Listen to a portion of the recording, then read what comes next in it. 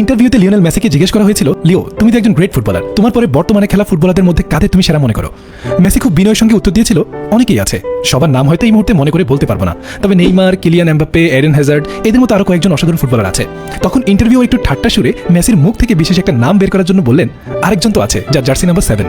Messi হেসে সঙ্গে সঙ্গেই উত্তর দিল, ও ক্রিস্টিয়ানো, সে আমার পরে হবে কেন, সে তো আমার সঙ্গেই, আমি যদি গ্রেট হই তাহলে ক্রিস্টিয়ানোও গ্রেট। চিন্তা করুন কতটা সরল, কতটা সম্মানজনক আর বিনয়ী উত্তর। অন্যদিকে ক্রিস্টিয়ানো রোনালদোর একটা ঘটনার কথা ভাবুন। উজবেকিস্তানের বিপক্ষে 2 গোল করার পর সাংবাদিকরা যখন তাকে জিজ্ঞেস করলো মেসি তো হ্যাট্রিক করেছে, তখন রোনালদো কিছুটা বিরক্ত হয়ে সেখান থেকে চলে যেতে যেতে বলেছিল, কে কি করলো সেটা আমার দেখার বিষয় না। এখানে তার উত্তরটা কেমন হতে পারত? ভালো লেগেছে, আমি আর লিও প্রায় 15 থেকে 20 বছর ধরে একই মঞ্চ শেয়ার করছি, এটা ফুটবলের জন্য দারুণ ব্যাপার। মেসি হলে হয়তো এমন কিছুই বলতো, কারণ মেসি কখনো ক্রিস্টিয়ানোকে ছোট করে কথা বলেনি। আর সবচেয়ে অবাক করার বিষয় হলো, রোনালদো নিজেই একসময় বিশ্বকাপকে নিজের ক্যারিয়ারের biggest and most ambitious dream বলেছিলেন। তার নিজের কাছেই বিশ্বকাপ ছিল ক্যারিয়ারের সবচেয়ে বড় স্বপ্ন। কিন্তু লিওনেল মেসি বিশ্বকাপ জিতে যখন নিজের ক্যারিয়ারের শেষ অপূর্ণতাটুকুও পূরণ করে ফেলল, তখনই রোনালদোর মুখে শোনা গেল অন্য সুর।